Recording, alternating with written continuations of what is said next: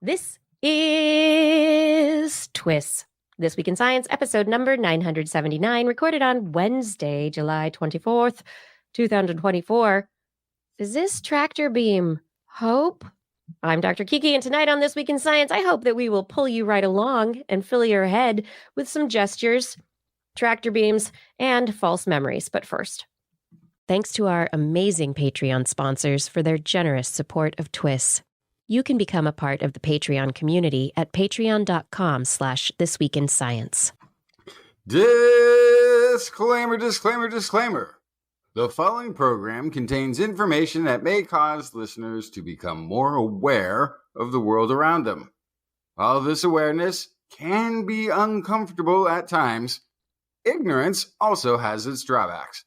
Considering that the world is constantly an evolving place, physiologically, socially, and through technology, change is normal. And knowing is always better than not knowing. So let's do the smart thing and learn about what's going on this week in science, coming up next. I've got the kind of mind that can't get enough. I want to learn everything. I want to fill it all up with new discoveries that happen every day of the week. There's only one place to go to find the knowledge I seek. I want to know what's happening, what's happening, what's happening this week in science. What's happening, what's happening, what's happening this week in science. Good science to you, Kiki. And a good science to you too, Justin, and everyone out there. I was about to say Blair, but she's not here. I totally tripped myself up. Welcome, everyone, to another episode of This Week in Science. We are back for another week full of science fun. We have so many stories ahead to talk with you about. I brought stories tonight. Yes, about tractor beams. Little tractor beams, static butterflies, chimp hand gestures. We got them from somewhere. Some dark oxygen, cuttlefish memories. Cuddle a fish, and the memories are right there. And oh yeah, a still suit in real life, maybe. We'll see. What'd you bring, Justin? I don't know what is a still suit. I've got global record hotness. Ancient Argentinians. Cow flu update. Oh no. And regeneration genes. Zoop, zoop, zoop, zoop, zoop, zoop. Okay, I need to stop hyping up. Hype noises. I'm doing little hype noises. He's making hype noises behind everything for the rest of the show. I think that could be a good show. Oh, what do you do, Kiki? Well, yeah, I do this podcast and I make hype noises. I'm a science hype noise person. Yeah. Oh my goodness. All right, everybody. We have a good show ahead for you, and I do hope that you will enjoy all of it. Make sure that you share, you like, you subscribe wherever you are, because the more people are listening to TWIS, the further it's shared. No, not shared, shared. The further it's shared, the more that we can really share with the world our view of just uncertainty and the fact that curiosity and uncertainty are not bad things. And let's keep doing that. Okay, everybody? The world doesn't have to be all certainties all the time. Let's have fun with it. We do broadcast this show every Wednesday evening, 8 p.m.-ish Pacific time. And if you're in the Denmark time, it's like 5 a.m. or something like that right now. It'll change. 5 a.m. It'll change. And it's the next day. It's Thursday. Change. Yeah. Right. Somehow okay, I'm not living Wednesday. in the future. In the future. You're so far in the future. Oh my gosh. Yes, we do this. Facebook, YouTube, Twitch. And we also have a podcast that is all over the place. If you look for This Week in Science, and I do hope that you look for us, you subscribe, share, and do all the wonderful things to get This Week in Science in the hands and the heads of all the people we know. Okay, so people sharing science with people, let's talk about dark oxygen, which I think I've talked about on the show before. I'm going to make hypey sounds. What? There you dark go. Dark oxygen. Woo, woo. What? What's happening here? Oh my gosh. Would it surprise you if I said not just dark oxygen, but let's talk about uh what is the term that they've got here? It's seafloor nodules, metallo whatever nodules, I don't know. Abyssal nodule. There's some great words here. Hmm.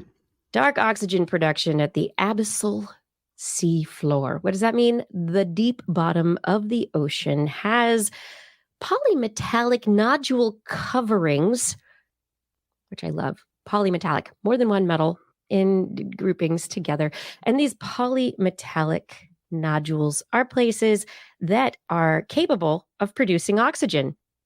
It's not just little bacteria in the oxygen in the ocean that are capable of producing oxygen. The seafloor does it as well. And these researchers publishing in Nature just this last week, a brief communication in Nature Geoscience, have published their results looking at in situ oxygen microprofiling of the narrow ocean resources license area of the Clarion-Clipperton zone, where these polymetallic nodules cover the abyssal seafloor. That's the bottom of the ocean. It's the bottom. They used different treatments: dead algal biomass, dissolved inorganic carbon, ammonium, cold filtered surface seawater, and they looked to see what happened. What happens when these things, so like dead algal biomass, when something falls to the bottom of the ocean, what happens to the bottom of the ocean? What goes on there? What happens when you have an infiltration of surface seawater from, the surface to the seafloor? And they found that there was more oxygen accumulating than was being consumed in their experiments. So this means that there is net oxygen production at the seafloor. Yes. This also supports the idea that there was a large amount of oxygen production going on the planet, potentially at the time or prior to the time that that algae and photosynthesizing microbes actually started doing their job of giving us oxygen, filling the oceans and the atmospheres with oxygen. So the question now is, these polymetallic seafloor areas, they're great. They've got this oxygen production. They have these incredible electrogenic potentials. They've got a lot of stuff going on. Additionally, they're usually in areas where there's a lot of sea life and there's a lot of cool things happening, deep vents, the hot smokers, lots of life going, even whether or not it's microbial or other life forms.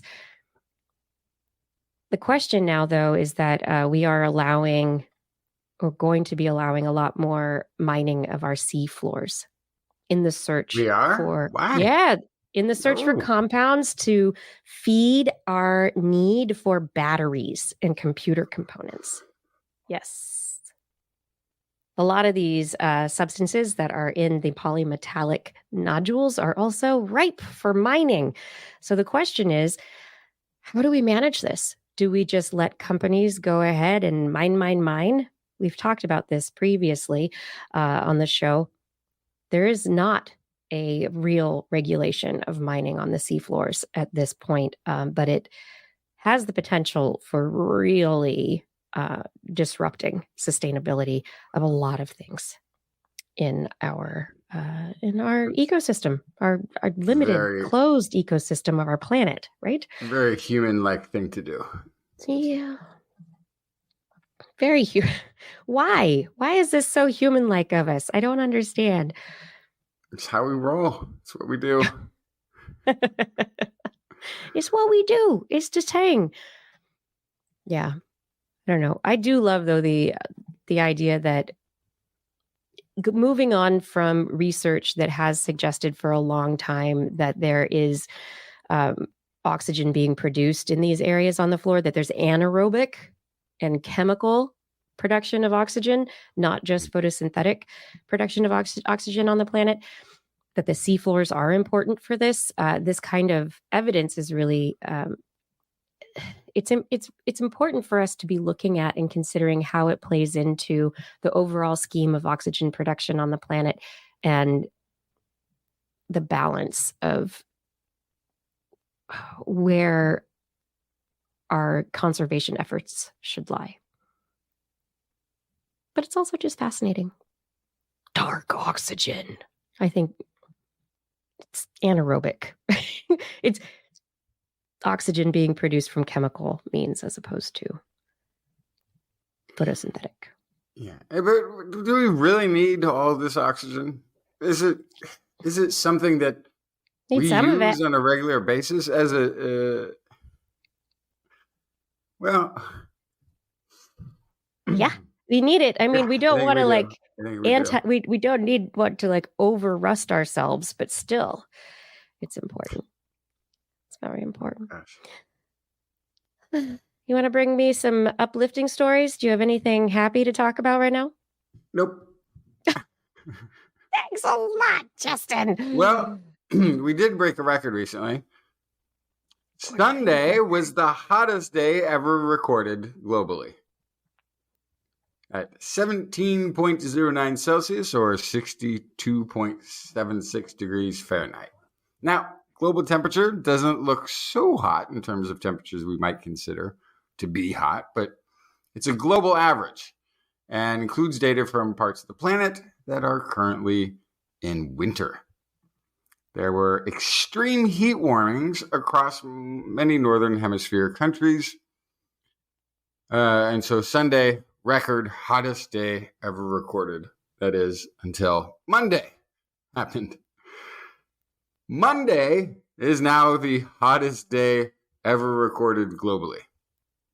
17.15 degrees Celsius or 62.87 degrees Fahrenheit.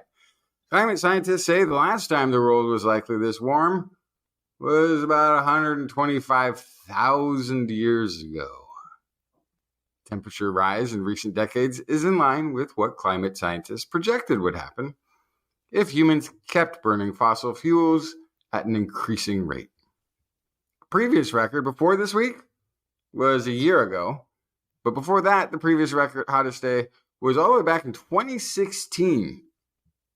The average temperatures were at 16.8 degrees Celsius or 62.24 degrees Fahrenheit. Without human-caused climate change, extreme temperature records would not be broken as frequently as is happening in recent years. But if the trend continues, it will be commonplace. We will continue to break heat records. I don't like this. I don't know what I'm supposed to say to this. I mean, we're breaking heat records. And this, like you mentioned, this is a temperature anomaly that's not really anomalous. This is something that is in line with changes over the last decade and 20 years more since we really started, especially with satellite data collection in the 80s. But the concern is that this is including the winter temperatures of the southern hemisphere. This is This is a global temp. It's global. Yeah. What are we supposed to do with this, Justin? Well, at this point, all I've got I think we can say is we told you so. I mean, Yeah. what is there like?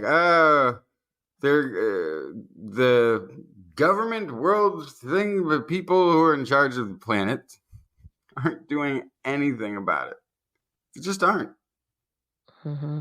And all of the scientists have given stark warnings. Like, really, like, gone out of their way to explain how big a deal this is. And it's being ignored. I don't think it's not being understood, even. I think it's being ignored. Yeah. It's not convenient. I mean, there is something to be said for Al Gore's old movie, An Inconvenient Truth, right? His presentation, his movie that came from that. It is not convenient. And that language that was used, I think, is appropriate. But it's something that we look at this and we have to remember, though, and I'm going to say it over and over again when we see this kind of stuff. It's like, all right, this is not great, but there are reasons for optimism, right? We have scientists, people in technology who are working to create better solar cells, their solar energy, wind energy, water. Like so much is going into sustainable energy production that I think this is great. And there was something else with nuclear fusion and then something else with nuclear fission. There's a whole bunch of discoveries being made for energy production that perhaps, just perhaps, we will eke our way through this, right? Maybe we will step through it. Yeah, and I think I think a future generation, not necessarily the current ones or the next one even, but after that, they may have a planet that has stopped warming. But it's going to take, like, even if we had all of those things today, this trend will continue for approximately 50 years. Yeah. Even if we... Because of our oceans. Because we which have, give us oxygen and do store temporarily I feel like as a carbon sink. I don't know how long that lasts, but it's like a 50-year cycle. Like, yeah, it's our atmosphere and then the oceans, it's 50 to 100 years. You have to think of like the ocean as kind of like a carbon dioxide bagpipe where it's just been like filling up and filling up and filling up. And you know that the bagpipes are going to start playing and then they just keep playing until finally that carbon dioxide will come out. But at the same time, there's still carbon dioxide coming in, right? The air is coming into it still. So yeah, the oceans are a bagpipe. I don't know if you think that's good. I don't know. I don't know. Depends on the opinion of bagpipes, I guess. So, but it's going to be like there's all like everything weather news. If you want to really have a fun career, go become a weather reporter, climatologist. That's going to be so much fun. It's like, so now we have a tornado that's going to run into a hurricane. At the same time, extreme weather is so common that these things happen at the same time now. Yeah. And maybe it'll run into a little volcanic eruption as well, and that'll be fine. Throw that in there. Maybe just that too. Oh, my goodness. Well, all right. Sunday, Monday, they were hot. It's probably going to be hot again. It's not the end yet. We're going to dive into we've gotten already into a great hurricane season. But maybe someone can just, grab on and, pull us out of here with a tractor beam. We can forget all about it. Beam me up. So the tractor beam is not the same as a transporter beam. So actually the people who wrote the press release, they got it all wrong. But anyway, nobody knows their sci-fi. Wait. What? Are they saying tractor beam as though it's a teleportation thing? Is that what's going on? Yeah. I'm going to be annoyed by the science writers from this organization, TMOS, from this institute. It's great. TMS, it's great research in Australia, but this headline that might have been shared and this framing that might have been shared elsewhere. Beam me out, Scotty. A new tractor beam technology aims to minimize biopsy trauma. Tractor beams are not the same as transporters, right? Yeah. They had it totally confused. So anyway, moving on from the pop culture references, tractor beams it's the idea that we could use some kind of gravitational or other energetic force to be able to grab onto objects of mass and pull them, be able to move them in ways that we want. This doesn't involve quantum stuff. It doesn't involve entanglement. It doesn't, as far as I know. Unless that's what gravity is. Maybe, right? Yeah, it could be that as well. Still don't know what gravity is, why that tractor beam No, works. we're not going to be knowing that anytime soon. Anyway, this tractor beam, no, it is not going to be moving giant starships at any point in the future. However, it could be used to move cells in people's bodies in a way that is less invasive and actually better for the cells. So there's less damage and trauma to the cells themselves before they are tested. So perhaps this would lead to more effective biopsies overall. How does this work? This, I think, is one of the most interesting little advancements. People have been talking for a while about the idea of a tractor beam. This idea that has been advanced by a group publishing in ACS Photonics this last week has put together the idea of a triphasic solenoid beam, where a laser or other light source could be shot through what's called a spatial light modulator. The spatial light modulator would be a silicon wafer that's been like cut in a certain way to refract or move light through it. And the way that this, what they call metasurface, would be structured is that if light is being shot at it and through it, the light that's in a straight path at that metasurface then gets turned into like a drill bit, but it's three light beams that spiral together. And so if you think of the way that a drill bit or Archimedes screw works to move objects like in a drill bit or a screw sense, it moves water up the screw or sawdust up the drill bit so that matter moves opposite the force of that drill, that spirally drill that's moving forward. And in this situation, they know that these spirals of light can engage and exert a force on matter that pulls it, that attracts it. And so the idea could be that this spiral of light would be available to grab onto cells in the body during a biopsy and pull cells from one place in the body to another, but with very limited, very little trauma on those cells. It wouldn't be like a needle going in and sucking the cells out. It would be a lot gentler. Well, yeah. But it's light. How does it move things? This is the thing I just can't get my head around. Is it creating a heat thing? Is it creating a vibration thing? No, and this I think is this is part of the fun aspect of this, is that the triple helix solenoid beam, it has angular momentum, and the orbital angular momentum of the beams themselves, they have a diffraction gradient, and they actually have, because of the orbital momentum, they are, it is a force multiplier. So it's like Star Wars? Kind of, but little tiny. It's the force.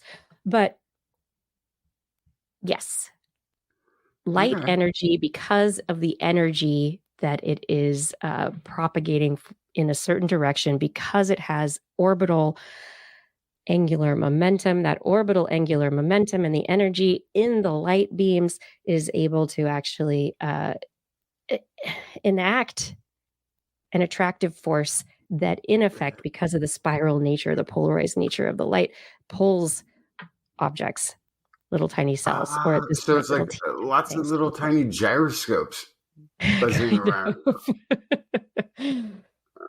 Okay. Interesting. Yeah. Wow. Very cool. Yeah. So anyway, I I think it's a pretty fun new development. This study is adding to previous evidence about these kinds of orbital angular momentum effects and the idea of these like Archimedes screw, right? In using light to create optical tractor beams, rays of light that actually pull little teeny tiny particles towards them. So far, it's little teeny tiny particles. And in the study, they were able to characterize a beam at a distance of 21 centimeters. This enabled them to start to have an impact on things that could be up to cellular size. And the next stage is going to actually demonstrate that they can do it. Right now, they've created the meta surface that creates the beams that can then lead to this development. So they're getting there. They're not there yet. But, little baby tractor beams coming to a hospital near you someday soon, maybe. Hmm.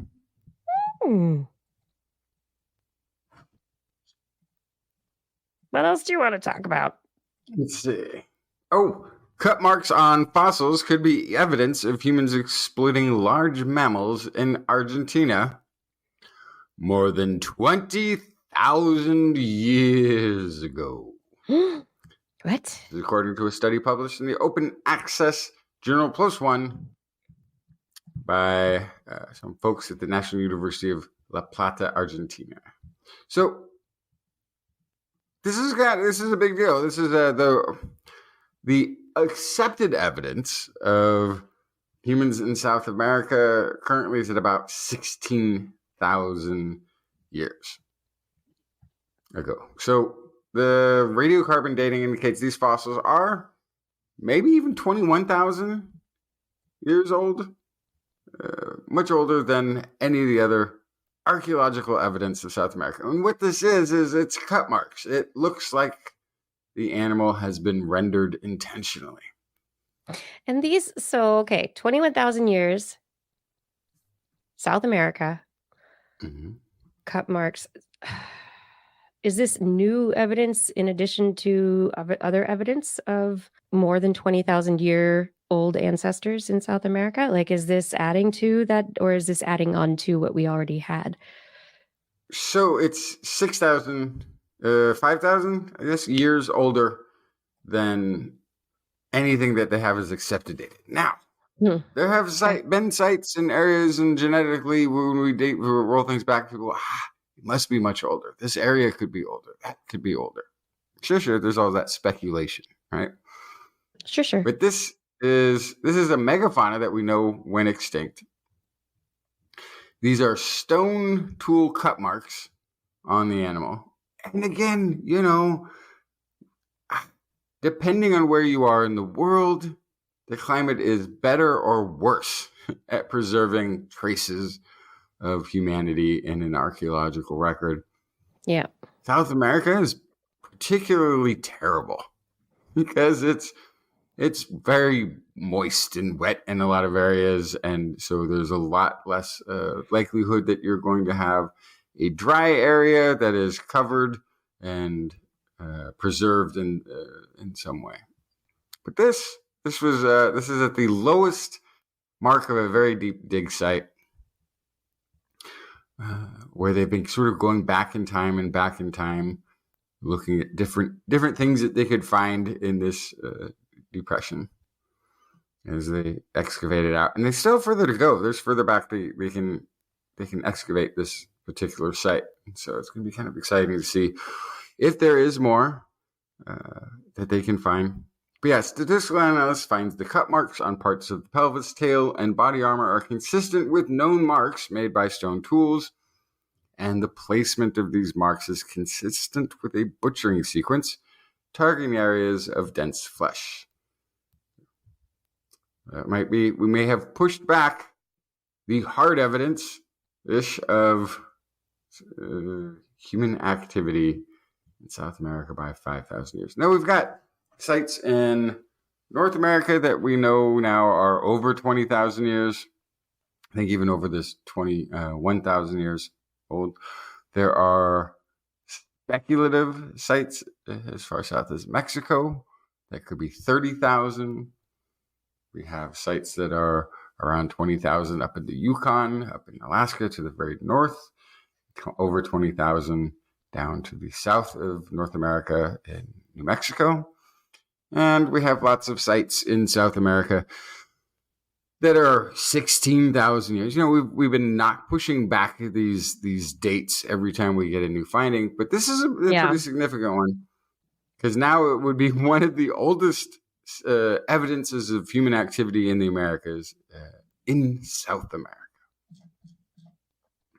And it's and real activity, not just like genetic evidence that this had happened through mutate, Right. like we're looking at modern people and going, hey, mutations suggest this happened 24,000 years ago, or there's this other evidence. Like, this is pretty solid evidence. And actually, the genetic evidence is challenged by all of these things, because the predecessor of the Native Americans in northern Siberia is not supposed to have been is younger. Is younger than the evidence that's being found in Americas. So then, no, I mean, we've got evidence now of humans going back 50,000 years, or of there's evidence of early art in Southern European and Eastern European regions going back Indonesia, going back at least 24, if not 40 to 50,000 years ago. Two things. For the specific group I'm talking about, that I can't remember exactly what they're called, but I think it's the Northern Siberian people or something like this, is a genetic lineage that they think that the Native Americans were from. Which some very well could be, but that's Northern Native Americans different groups. And Southern. Okay. It's the same over time, but it's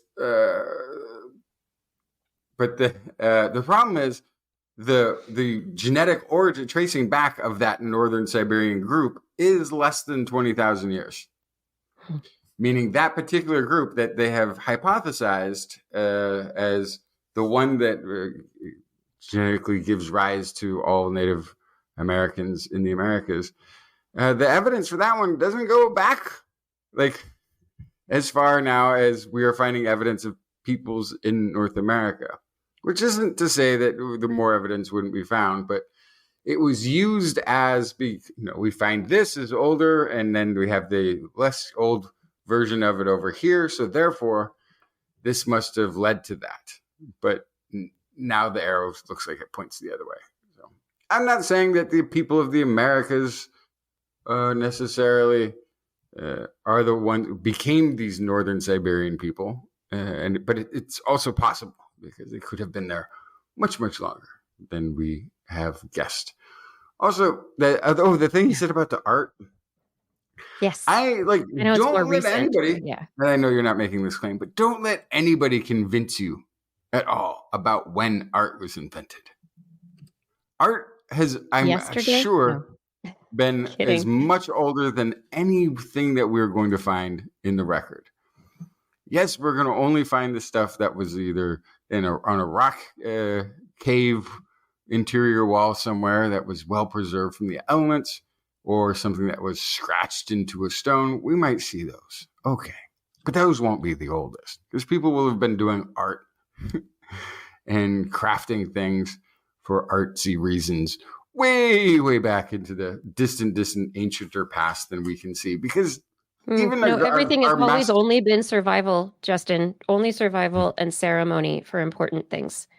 That's it. Even our most acclaimed artwork in the modern day is usually only expected to last like 100 or 200 years or something.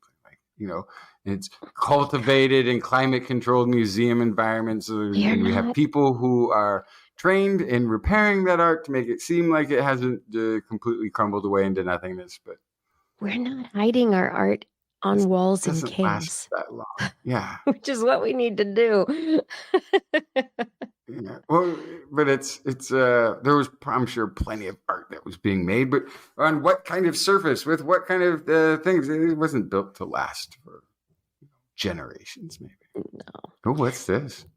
No, it's some of the cut marks in megafauna bones that are from armadillo-ish like animals off of the osteoderms from the carapace of these animals. I'm showing pictures.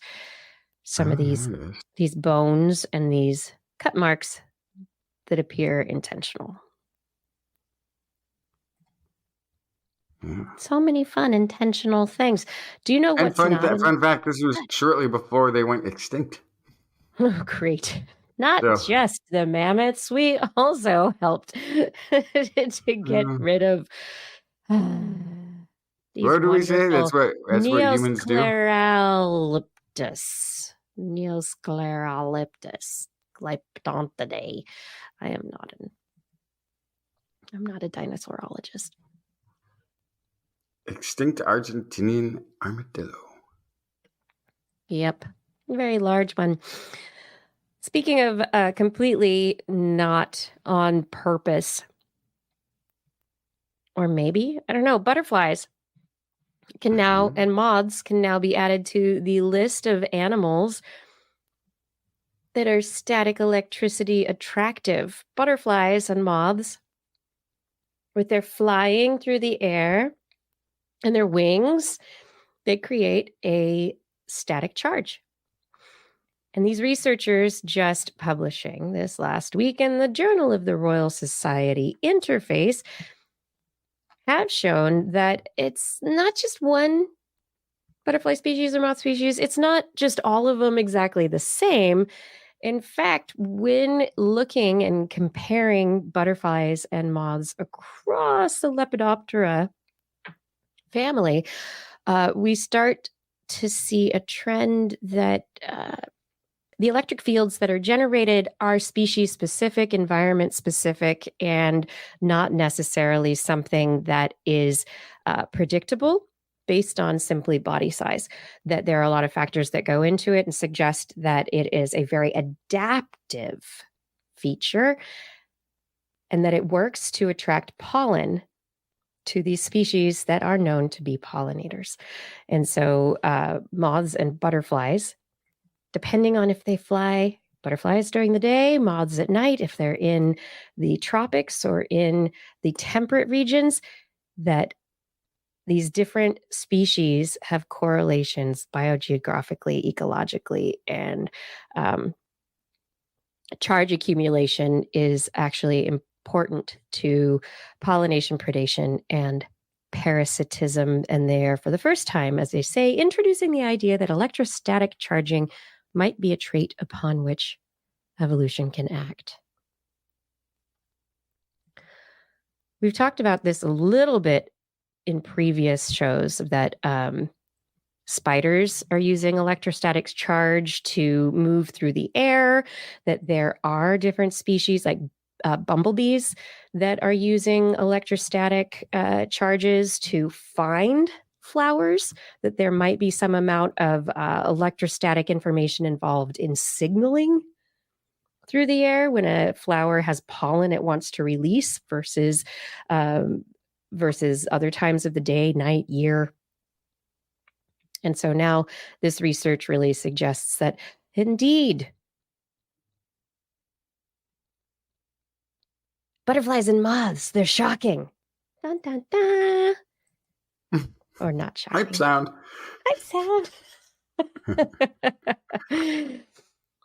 Yeah. But, I think it is very interesting that it's not specifically predictable, that the electrostatic charge that's produced is not specifically predictable by the size of the butterfly, that it's something that is, it's very specific to where they live, when they're active, so many other factors. And this is something that seems to be across different species. Yeah. Butterflies, they like flowers. So do moths. The pollen is attracted to them across gaps of space in the air because butterflies are like balloons that we play with.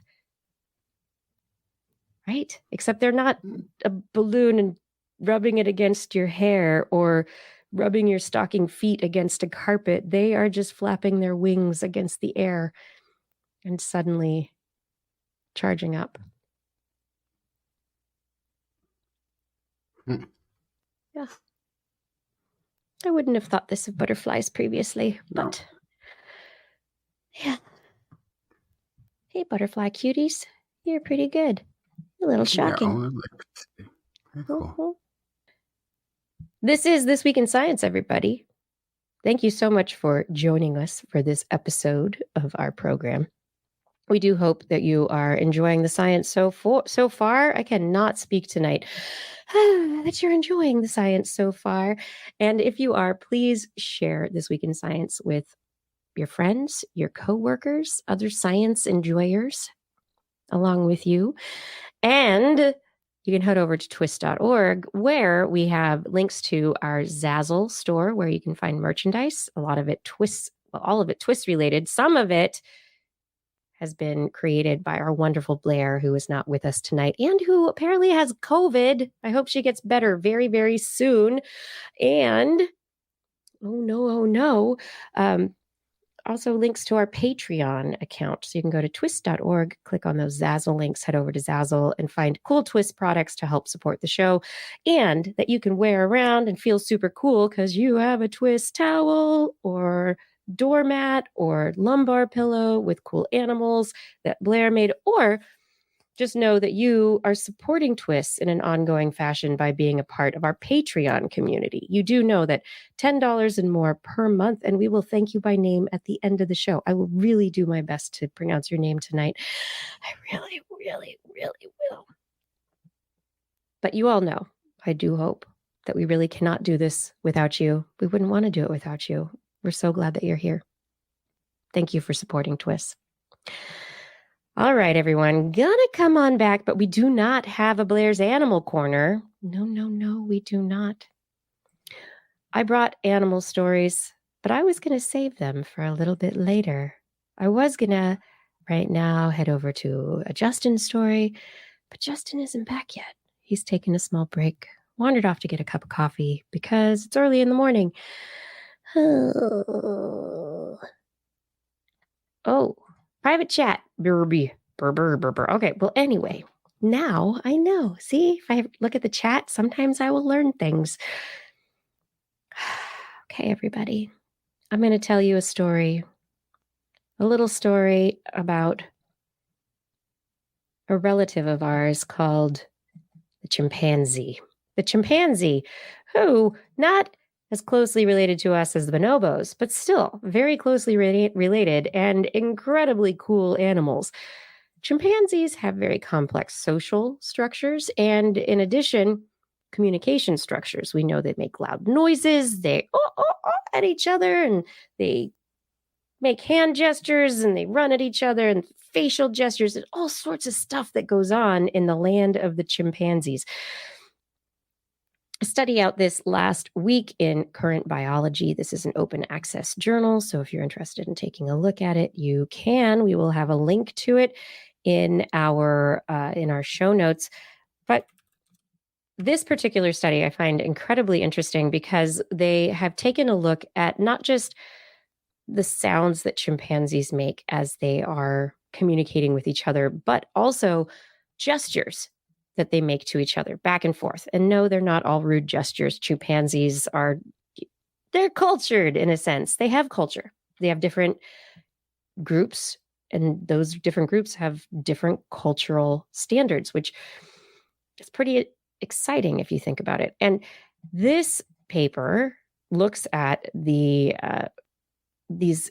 hand gestures, these communication techniques between the chimpanzees, and has determined that chimpanzees, they're just like us.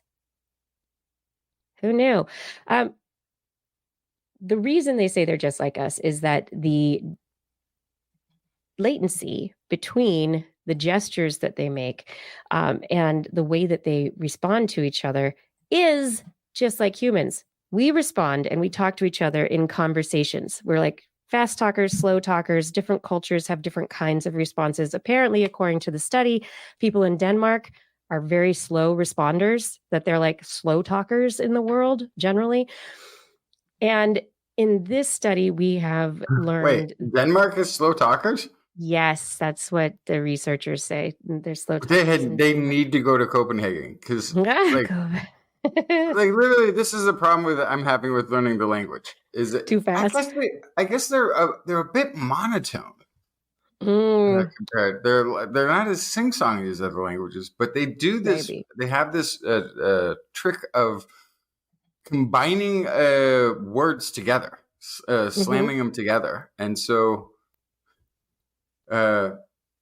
you can have these statements that sound like one word. The sentence will sound like one word because it'll all kind of be jammed up together. So it's I'd push back on that slow talker thing. I don't think they so much talk slow as they because they shorten all of their words into one sound.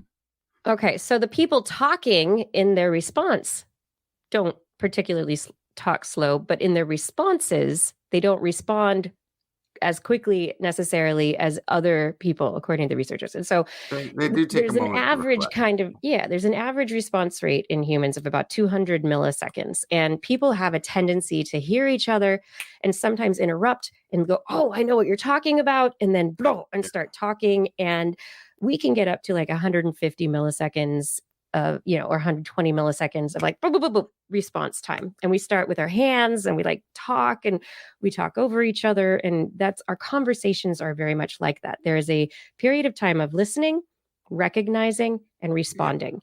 And these are structured responses that have norms and averages. And there are some individuals that are faster in responding than others.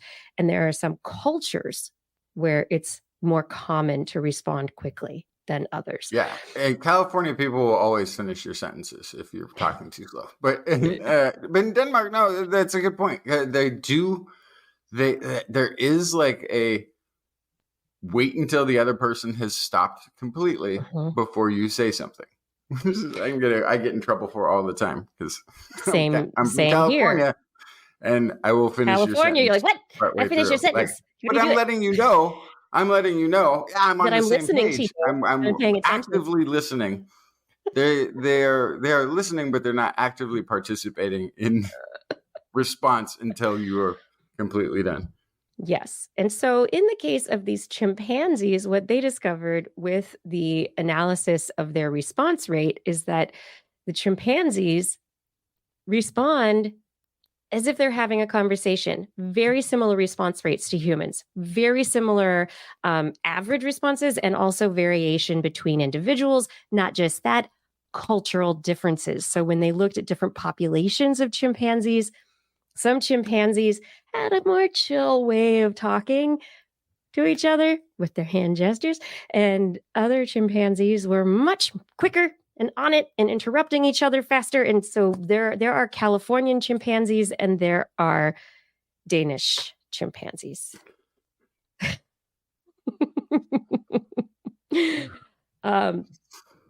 And I don't know what this says necessarily about the different cultures and the thought processes that are involved, but what the researchers are interested in are the indications of what this suggests about the evolution of communication as a whole. If this hand gesture and response time communication is indeed indicative of this listening, understanding, or at least recognizing and having because we have a theory of mind, being able to kind of have a synchronization of what you think the other individual is getting at and being able to respond to them within about 200 milliseconds. What does this mean for when this process got started? If this is chimpanzees, is this something that's going to be common with other social species like corvids? Will crows have response times on a similar scale? Will it be faster? Will it be that we'll find similar relative timings dependent on, different brain sizes, different social structures? Is it because these are primate relatives that it's so similar? There are a bunch of aspects here that are questions that are very open and that we really do not have the answers to. But there's definitely communication taking place between these different animals. Hands are good at communicating. Anything that's got them should probably try it out.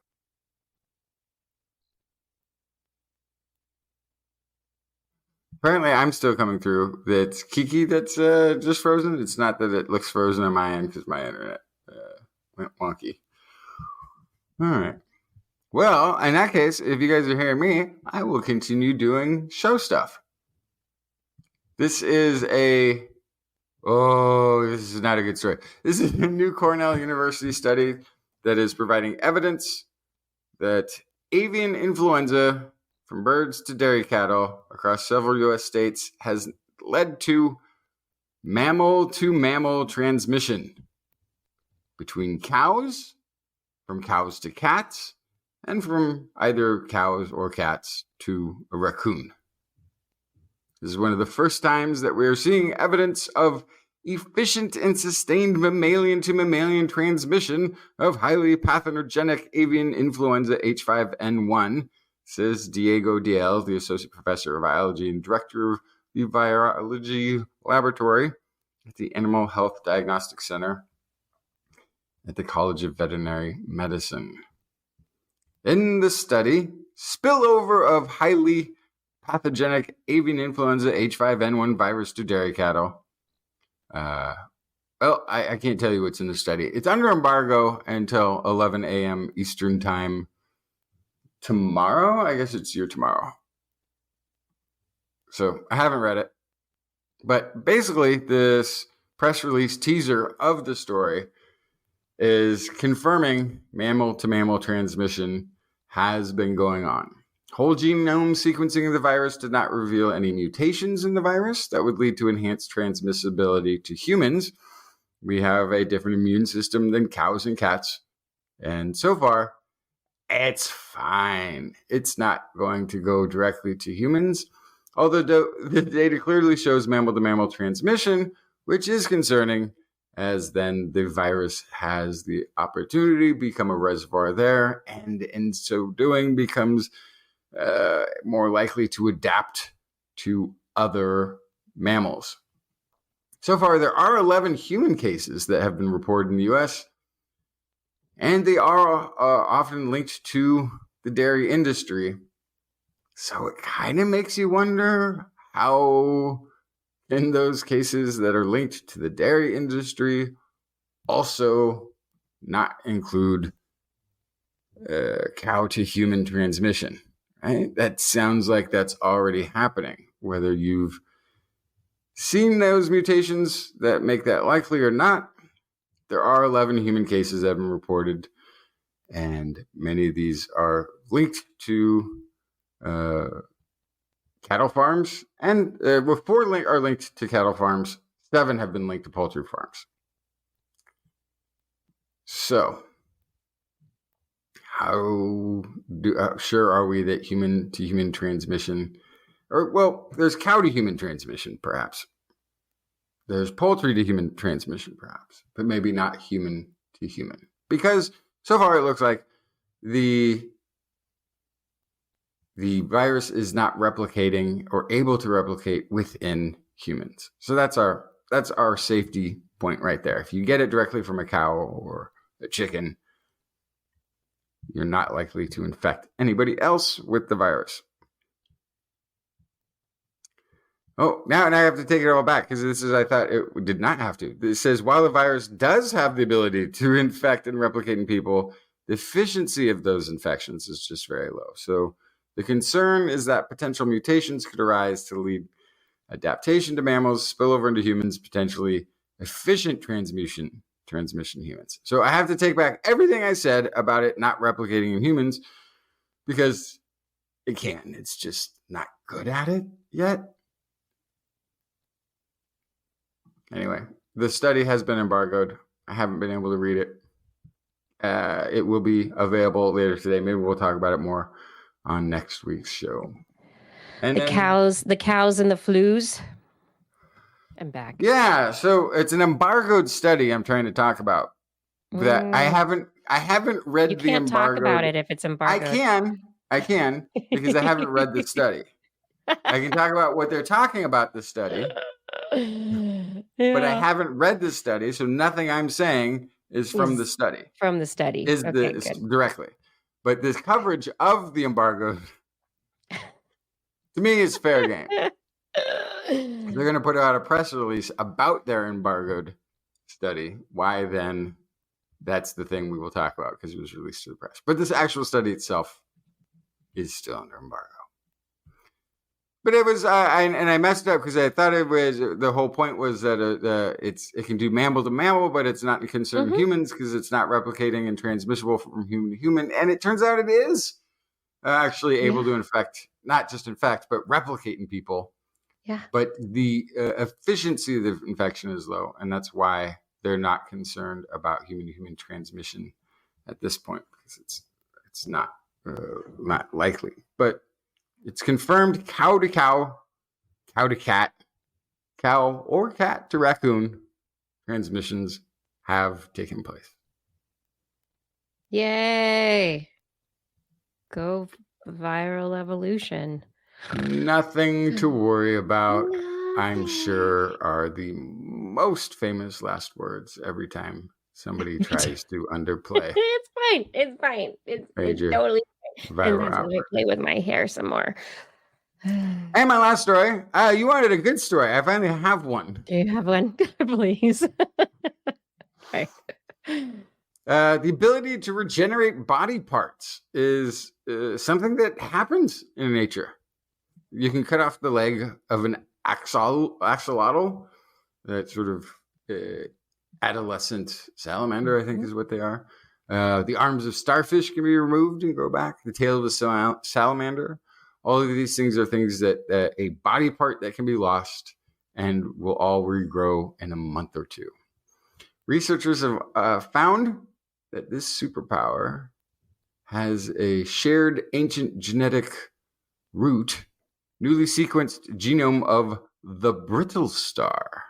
Particularly impressive regenerator reveals it uses many of the same genes to regrow its limbs, as do the far distantly related animals. What does this suggest? It suggests that the mechanism is not co-evolutionarily derived. It is did not evolve in different species independently, but that it is perhaps been preserved for hundreds of millions of years. Meaning, hundreds of millions of years ago, that's a long time ago, regeneration may have been much more common in early life than we might have suspected. And some just managed to hang on to it. What really stuck out to me is the bulk of these organisms that can regenerate have this shared program of cell growth, says Shruti Naik, a regenerative biologist of Icahn School of Medicine at Mount Sinai, not involved in the study. This paper allows us to have a clear cross-examination of this regenerative capacity across various evolutionary scales. They really give us a bird's eye view. Brittle stars is a kind of echinoderm alongside starfish, sea urchins, sea cucumbers. They sport 5 spindly arms protruding from a central disc. Many can regenerate their limbs if they're cut, but brittle stars do this at an immense speed. Says Elise Perry, geneticist at University College London and a lead author on the study. One species will fully regrow an arm within just 4 weeks. This makes it an important model to study on the genetic, looking at the genetic basis and underpinnings of regeneration. Now, some of these organisms obviously are a little less complicated than a human, but these are things that, sort of ideally we could, especially with how gene therapy and everything else is coming along, we could perhaps target specific tissues, maybe something like an eye, maybe something smaller. Maybe we do this for an area of brain damage. create neural or brain matter regeneration. The team looked at which genes were active during different stages of regeneration, cutting the arms off more than 3,500 brittle stars, measuring RNA levels as the arms regrew in the following days and weeks. So the RNA levels are going to be proteins expressed by the genes. So you can see what's being activated, what genes are creating the proteins to go and address the lost limb. They found that in the initial stages of regeneration, when the wound was beginning to heal, the brittle stars expressed genes that had evolved relatively recently. But during the proliferative phase of regeneration, where cells rapidly divide to replace lost tissues, it expressed ancient genes it had acquired hundreds of millions of years ago. This suggested the brittle star inherited the ability to regenerate limbs from an ancient ancestor, that other animals may have acquired their regenerative powers from the same ancient lineage. To test the theory, the team compared the genes the brittle star expressed during regeneration with similar data from two distant related creatures known from their ability to regrow body parts, axolotls and a small marine crustacean. Researchers found all three animals shared, which was the third one? Oh yeah. The first one. The researchers found all three animals shared genes that are active during regeneration, particularly during that later proliferation phase when all the rapid growing and regenerating is really in full swing. So yeah, now we need to figure out how we can use this for humans so we can regenerate more humans. I think the most interesting part of it is adding to the brittle stars. Okay, long ago ancestor kind of relative, but then you get the axolotl, and that's a little bit more complex and a little bit closer to our body structure. And so you start seeing these common instructions, and I think that's where it starts getting interesting. Yeah, it's also as Gnome Shane in the chat room is saying, new gene therapy, Wolverine and Deadpool regeneration for everyone. So it is. Right? Wouldn't that be great? This is one of those things that's like, yeah. It's sort of like if we discovered, oh, yeah, actually a lot of animals have X-ray vision. Or a lot of animals can fly without wings. Like they just have a superpower. Oh, wow. Superpower is real. It's so cool. But in this case, it is growing back appendages. I mean, I think it's good. The talking about Deadpool, Wolverine. Okay, yeah, he heals fairly well, but it was that little baby arm. I think it was in the first Deadpool movie that just really got me thinking: how fast could something be growing back? Right? Do you grow it back? Can you get it to grow back at double speed? How does it grow back? And does it have the right instructions to make it all work? And apparently it does, according to this, the chromosomal instructions, but it's just a lot of the instructions that keep things from growing back, I think are the interesting, right? It's like we have instructions in the human body to stop things from growing back. We could grow more things back, except. Well, we also have this thing where we can bleed to death. Right? Oh yeah, there's that, and we have this we have scar tissue that gets created to protect where there has been a wound or cut. It's sort of how we patch things back up. And apparently that interferes with the process of regeneration also. The creatures who are growing back tails or limbs are not forming scar tissue over those areas. If they do, then they cannot grow back. So we need to have regeneration that allows for scar tissue when scar tissue needs to form or just needs to eat the scar, eat the scar tissue to reform stuff, or just never allow it to form in the first place. Now I want to go back further. I want to say, like, okay, So maybe the improbability of life on Earth was made a lot less probable because 400 million years ago or 500 million years ago, all life on Earth could have had this ability. Maybe this is something that's not just was gained in a few species late, but maybe this is something that's was a common thing very early on. And if so, that might explain how life managed to survive all of the hostile environments it first encountered. We don't need it anymore. We're so soft. Regenerating. Our ancestors would be like, "Oh, kids these days, you're so soft. Just grow another head." Like the little Hydra.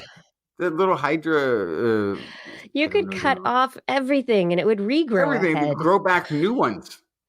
Yeah. Oh, you I can lost cut off the head. The tail, and the tail will grow back. a new head. You cut the tail. Cut an arm off the Hydra. It grows a whole new Hydra. It doesn't care what part you cut off. It's like, just grow it back. Know what to do.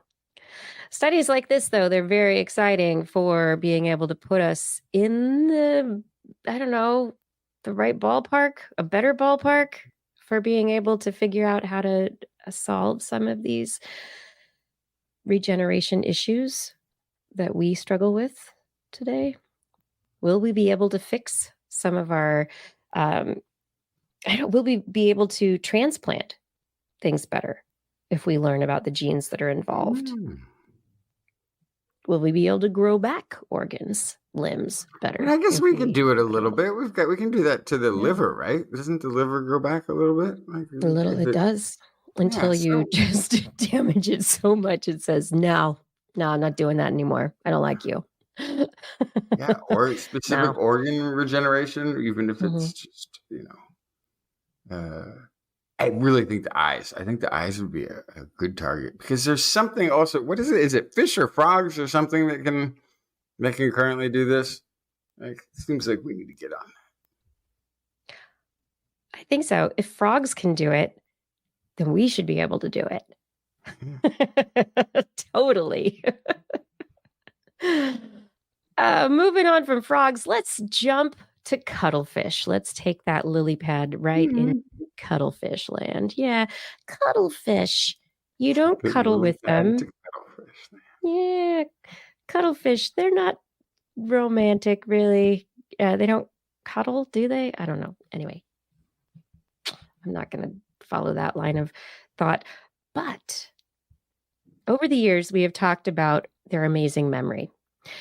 And since the mid-2000s, we've been talking about these studies in the cuttlefish that have shown that they have really good memory. They actually have episodic memory where they can remember where they found food, when they found it, what kind of food was there. Like they're on a par with a lot of other very complex organisms in terms of remembering things. In addition, their memory gets better throughout their life. Unlike humans, where our memory gets great and then it just gets worse. They don't have a hippocampus. We have a hippocampus that's supposed to help us with all of this memory stuff. How do they do it? What's going on there? How is their memory so great? Why is it so great? These are questions that researchers are trying to figure out. And so in this latest study that's published in iScience, researchers about a week ago published their work in cuttlefish, basically messing with their memory. So in this study, the researchers said, hey, all right, you got really good memory. What if you get confused too? Would you be a flawless witness on a witness stand if you were a cuttlefish? Or do you too get fooled and have false memories? The bottom line is, cuttlefish are susceptible to false memories. That's pretty much the bottom line of this work. They did a study to mislead cuttlefish.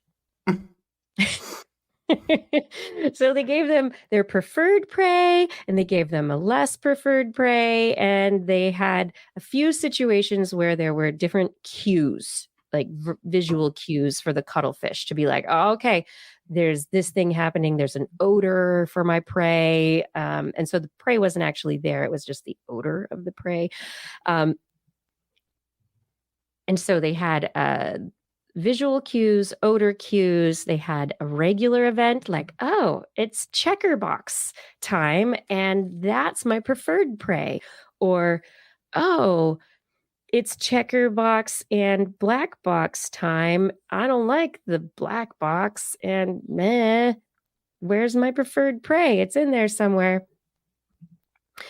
Because of the conflicting visual cues, checker box and black box, and the preferred prey being involved in both of the situations, the cuttlefish were very likely to get confused, and with visually misleading events, to have more of a random chance performance on the tests.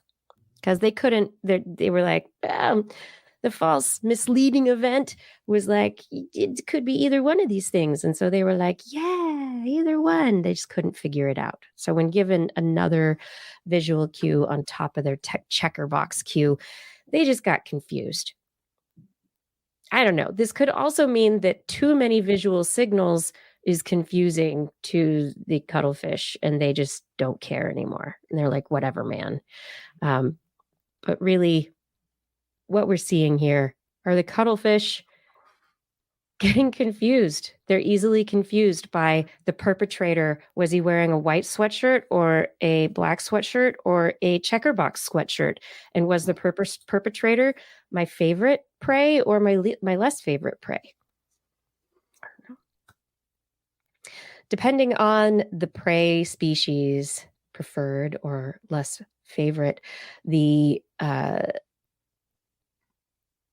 cuttlefish were more likely to get the visual cues confused and to be misled by visual cues, not the olfactory cues so much.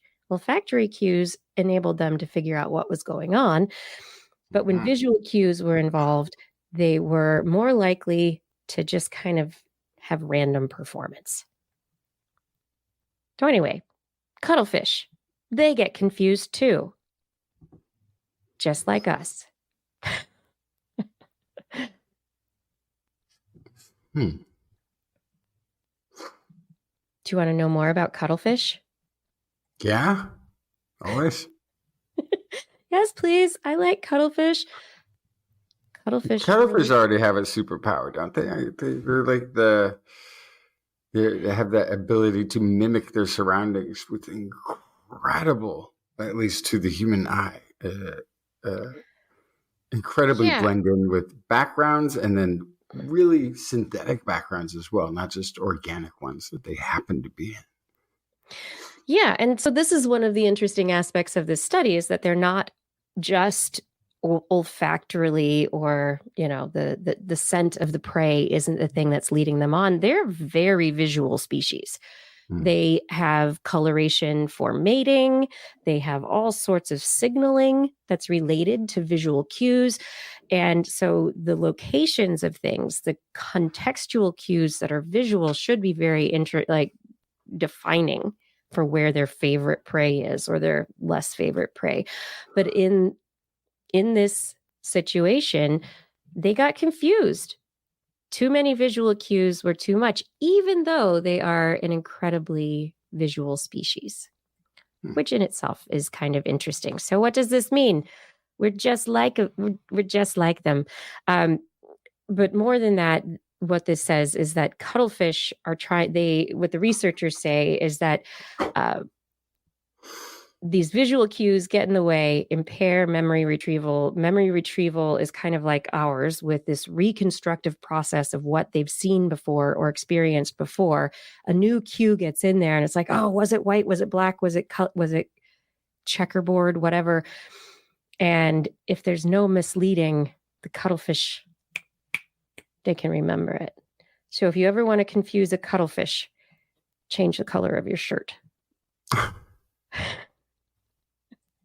But it's really interesting that they are so visual, and that yet the visual information is part of what confuses them. But maybe this is an aspect of the limitations of their memories. And because they form false visual memories, but not false olfactory memories, which is interesting. My last story for the night is still suits. If you've ever read Dune, watched Dune, the old Dune movie, the new Dune movies, ever had a conversation with sci-fi fans about what the heck are we going to do in space on other planets when we're walking around and we need water and there's no water? What do we have? We have water in our bodies and we have waste systems in our bodies and we need to get rid of waste in our bodies. We produce copious amounts of waste products in the form of urine and others. And currently on the International Space Station, we have special toilets that are hooked up to systems which recycle water.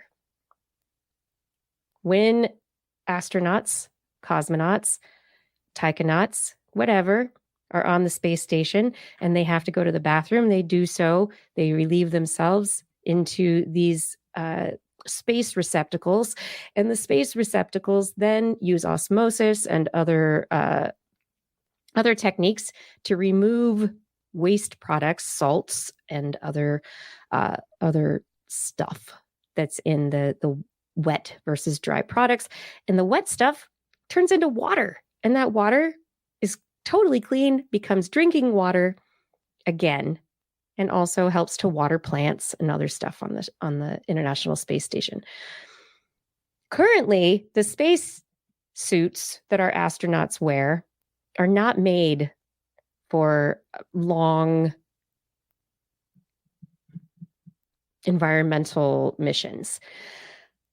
Currently, astronauts wear diapers. There is no recycling of any waste products. Astronauts have to limit the amount of liquids and foods that they take in prior to any of their missions outside in the suits.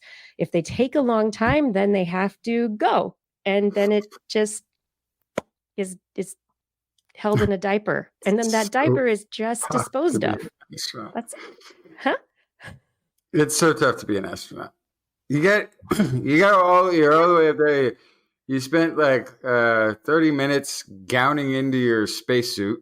Mm-hmm. You get out there, you're on the tether, and you're trying to do the repair thing, and then you're like, "Oh man, I gotta go back in. I forgot to pee." Oh no, you gotta go on with the mission. You gotta stay out there. You don't get to pee. That's it. Hopefully, you remember to wear your diaper. That's pretty much it.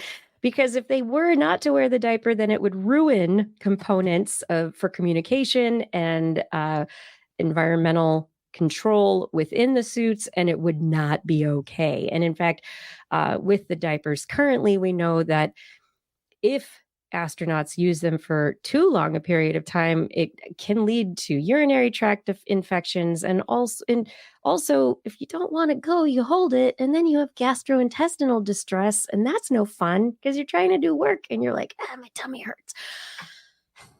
Anyway, researchers just published in Frontiers in Space Technologies their new enhanced astronaut hygiene and mission efficiency approach. It's a still suit, in-suit waste management and water recovery in spacewalks. They say in their what is currently known as the EMU, extravehicular mobility unit, it's like I said, disposable diaper, what is called the maximum absorbency garment, or MAG. And this is used during those up to 8-hour-long extravehicular activities, EVAs. Okay.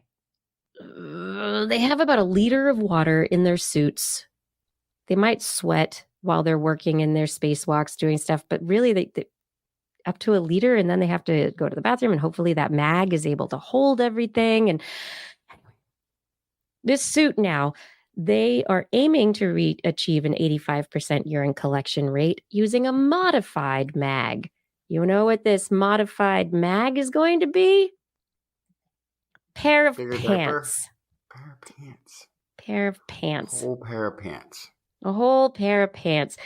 Well, it's a pair of pants with a special collection cup.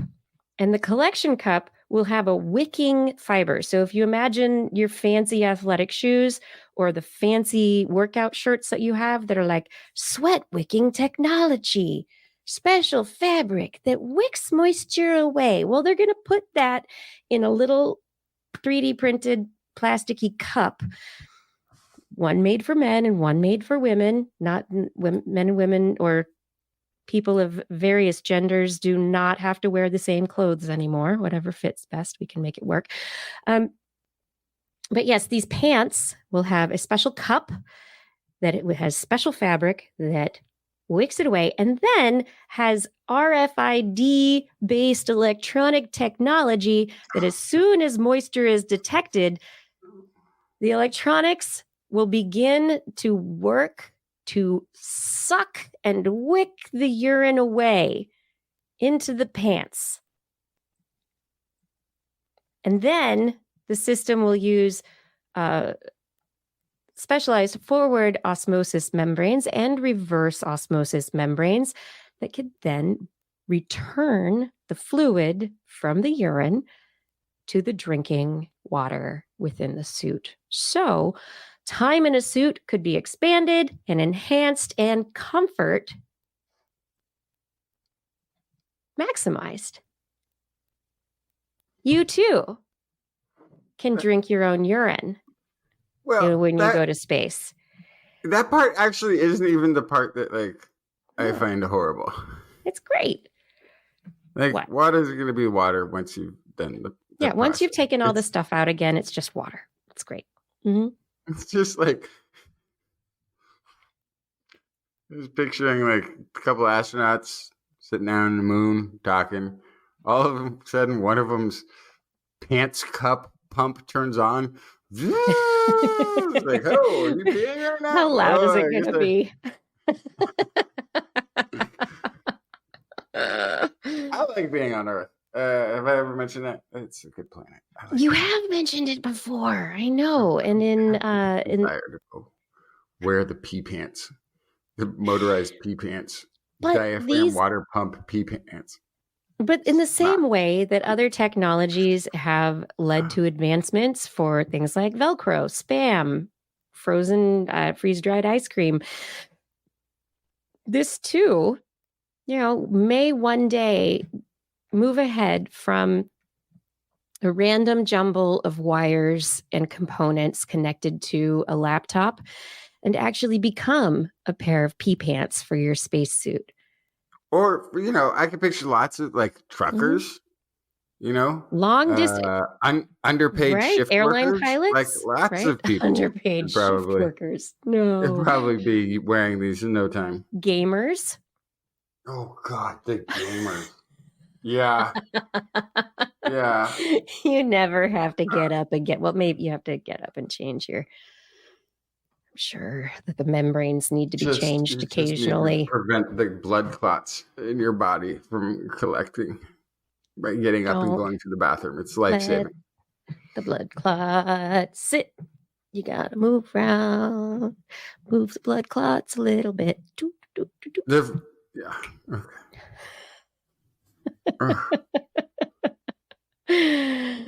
Yeah. People on Earth will use this for sure. Absolutely. And, the idea right now is this kind of bulky, just proof of concept, just an idea. They've come up with the plan for how it would work. They've come up with designs for these specialized cup for male and female anatomy. They've come up with special pants with the special fabric, water wicking technology, moisture wicking, and all of it with multiple layers of fabric and then fine tubing, capillary action. Suddenly there are membranes and osmosis involved, and suddenly your water bag stays full, at least ish. We can go everywhere. Stay hydrated, people. Yeah. Stay hydrated. Stay hydrated and wear good pants. Please. I don't know. Have we done it? Is that all the stories for tonight? Do you have more? I didn't bring any more. That was it. That's it for the night, y'all. I miss Blair, but I'm glad Justin's here. And I'm glad all of you have been here as well. I hope Blair gets better, that her COVID passes very quickly, and that we see her next week. She was already planning on taking this week off for a work function, another work function, but fingers crossed she's back next week and healthy. But in the meantime, thank you all for joining us for another episode of This Week in Science. More science, more fun, more conversation, more questions. Always. We do hope that you enjoyed the show. Shout outs to a few of our favorites. Fada, thank you so much for helping with show notes and social media. Rachel, thank you for editing the show. Identity 4, thank you for recording the show. And Gordon Arlenor, thank you for keeping our chat rooms nice, happy places to be. All you chatters, thank you for being in the chat rooms on YouTube, Twitch, and Facebook, and on Discord. I see you. I really do. All the comments. And I do always have to thank our Patreon sponsors. So without further ado, time to read the Patreon sponsors. Oh, but I closed that window because my computer died. Oh, but here it is. Oh, no. Dun, dun, dun. Here it is. I found it. Thank you to Eden Mundell, Alan Viola, Aaron Anathema, Craig Potts, Mary Gertz, Teresa Smith, Richard Badge, Bob Coles, Crent Northcote, George Corris, Pierre Velazar, John Ratnaswamy, Chris Wozniak, Vegard Shefstad, Donathan Stiles, a.k.a. Don Stylo, Ali Coffin, Reagan Shubu, Sarah Forfar, Don Mundus, P.I.G., Stephen Alberon, Dara Myshak, Andrew Swanson, Fred S104, Sky Luke, Paul Ronovich, Kevin Reardon, Noodles, Jack, Brian Carrington, David E. Youngblood, Sean Clarence Lamb, John McKee, Greg Riley, Mark Hassenflow, Steve Leisman, a.k.a. Zima, Ken Hayes, Howard Tan, Christopher Rappin, Richard, Brendan Minish, Johnny Gridley, Jimmy Day, G. Burton Lattimore, Flying Out, Christopher Dreyer, Greg Briggs, John Atwood, Rudy Garcia, Dave Wilkinson, Rodney Lewis, Paul Philip Shane, Kurt Larson, Craig Landon, Sue Doster, Jason Olds, Dave Neighbor, Eric Knapp, Lon Makes, E.O. Adam Mishkan, Aaron Luthen, Bob Calder, Marjorie, Paul D. Disney, David Simmerly, Patrick Pecoraro, Tony Steele. Darn it, I read all the names, but there's the list. I forgot to put it on the page for you all. See, there's the list of the names. Thank you all, Patreon sponsors. If any of you would like to sponsor us, support us on Patreon, please head over to twis.org and click the Patreon link at next week's show. We will be back. What time? Wednesday, 8 p.m. Pacific time, which is also 5 a.m. Thursday Central European time, broadcasting live from our Twitch, YouTube, and Facebook channels. Oh, yeah. And you want to listen to us as a podcast. We do that. We podcast. We take this, we edit it. It comes into becoming podcast. Search for This Week in Science wherever you find podcasts. And if you enjoyed the show, please get your friends to subscribe as well. For more information on anything you've heard here today, show notes, links to the stories are available on our website, www.twis.org. You just stopped. You're not even saying it anymore. Well, because there is no newsletter. I'm going to quit typing a newsletter that doesn't exist. Are you sure? Years. Are you even signed up? I might not be signed up to receive it. Maybe it is going on. Right? Maybe that's all it is, Justin. Maybe you just need to sign up to receive one. Okay. I just don't like giving out my email. I'm just weird like that. All right. Okay, fine. We love your feedback. We really do. And if there's a topic or an interview that you want to request, please let us know. And you can let us know through social media. We're there sometimes, kind of ish. Yes. Or you can just send us an email. Put TWIS into the subject line so your email does not get spam filtered into the false memory of a cuttlefish. It says to send an email, but it doesn't say what the email is. Any email. And They just can go send to an our email, website. put TWIS in the subject. Doesn't matter who you send it to. It comes to us. You will It find comes us. We have a website, twist.org. There's information. Find us on the internet. I'm sure our email addresses are out there. I'm sure people can Why find is us. our email Oh address my, not part of the... Anyway, because there were so many once upon a time. I deleted things to make it more tight and a tighter ending. we look forward to discussing science with you again next week. If you learned anything from the show, remember... It's all in your head. This week in science. This week in science. This week in science. This week in science, it's the end of the world. So I'm setting up shop, got my banner unfurled. It says the scientist is in, I'm gonna sell my advice. Show them how to stop the robots with a simple device. I'll reverse global warming with a wave of my hand. And all it'll cost you is a couple of grand. 'Cause this week's science is coming your way. So everybody listen to what I say. I use the scientific method for all that it's worth. And I'll broadcast my opinion all over the earth. 'Cause it's This Week in Science. This Week in Science. This Week in Science. Science. Science. Science. Science. Science. This Week in Science. This Week in Science. This Week in Science. This Week in Science. This Week in Science. This Week in Science. This Week in Science.